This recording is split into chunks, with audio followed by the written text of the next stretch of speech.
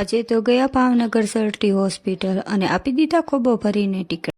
જય માતાજી ને જય શ્રી કૃષ્ણ બધાને. કેમ છો બધા? મજામાં ને? તો મજામાં જ રહેજો. આપણે આજે જવાનું છે ભાવનગર સરકારી દવાખાને દવા લેવા. પછી તો આપણે નીકળી ગયા ભાવનગર જવા માટે બાઇક લઈને. પણ વિવાન મારો જ્યારે બેસે ત્યારે ફોન વગર તો બેસે જ નહીં, તેને ફોન જોઈએ હાથમાં. પછી તો થોડો સમય થયો તો આપણે પહોંચી ગયા સુરકા. ત્યાં એક મોટો વડલો છે, ત્યાં ઓટા પર બેસી ગયા અને પાણીની તરસ લાગી હતી એટલે વિવાનભાઈને આપવાનું હતું પાણી. પછી તો બોટલ ઘરેથી ભરીને લાવ્યા હતા એટલે વિવાનને આપી દીધું પાણી અને તેણે પી લીધું પાણી. પછી તો તેણે થોડુંક પાણી વધ્યું હતું તે ઢોળી પણ નાખ્યું. પછી તરસ તો લાગી હતી મને પણ, એટલે મેં પણ એક ગ્લાસ ભરીને પાણી પી લીધું.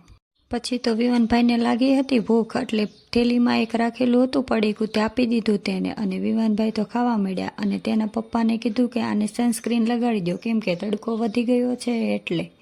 અને તો પછી થોડીક સનસ્ક્રીન આપણે પણ લગાડી દીધી, કેમ કે તડકો છે ને એટલે. પછી તો એના પપ્પાએ પણ થોડીક લગાવી દીધી, કેમ કે તેને ગાડી ચલાવવાની હોય ને એટલે. અને પછી આપણે તો નીકળી ગયા ભાવનગર જવા માટે. ત્યાં વચ્ચે વિવાનભાઈને વળી ગીત ગાવાનું મન થાય. ત્યાં તો હજી થોડેક દૂર ચાલ્યા ને તો આવી ગયું સિંહો ને. વિવાનભાઈ કે મમ્મી મારે તો ખાવું સમોસું. ત્યાં લઈ આવ્યા તે 2 સમોસું અને પછી તો મારો વિવાન ખાઈ સમોસું અને અમે નીકળી ગયા પાછા ભાવનગર બાજુ. આ બિલ્ડિંગ કેટલાય સમયથી એમનામ છે, ક્યારે કોણ શું બનાવે કાંઈ ખબર નહીં. પછી તો થોડેક આગળ ગયા તો આપણે જોઈ લીધા રેલના પાટા. આપણે કોઈ દિવસ રેલમાં બેઠા નથી પણ એક દિવસ બેસું ખરા હો. પછી તો આપણે એન્ટર થઈ ગયા ભાવનગરમાં અને પણ બાપ રે આ ભાવનગરમાં તડકો અને ગરમી. પછી તો આપણે જોઈ લીધી ક્રેન, તેમાં તે એક ટોપલામાં ચડાવતા હતા ઈટુ ઉપર. અને પછી તો આપણે ફાઇનલી પહોંચી ગયા ભાવનગર સરકારી દવાખાનામાં. Amazing!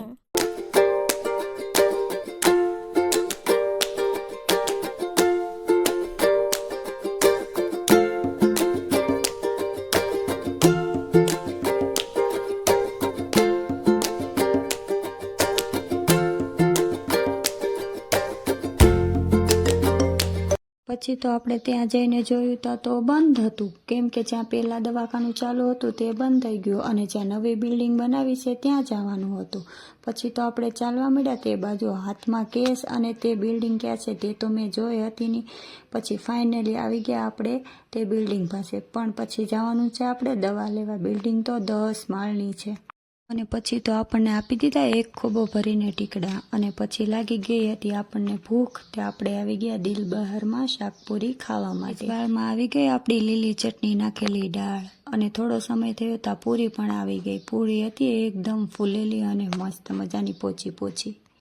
ત્યાં તો થોડી જ વારમાં આવી ગઈ ડુંગળી, મરચાં અને લીંબુ. અને પછી તો જમવાનું ચાલુ કરવાનું હતું. ત્યાં તો એના પપ્પા કહે રે ઘડીક, મારે તો મંગાવવાની હતી છાશ. પછી તો આવી ગઈ છાશ અને તેણે ભરી લીધા 2 ગ્લાસ છાશના.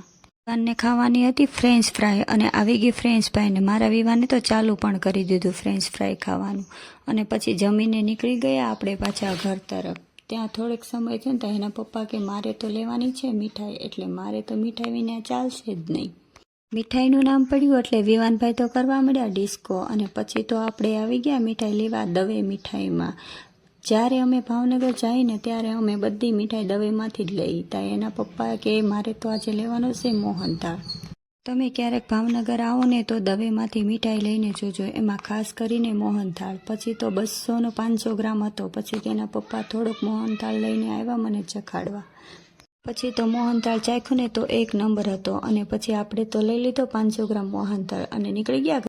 તો આ વિડીયોમાં બસ એટલું જ તે. તમને મારો આ વિડીયો ગમ્યો હોય તો લાઈક કરજો, શેર કરજો અને સબસ્ક્રાઈબ કરજો.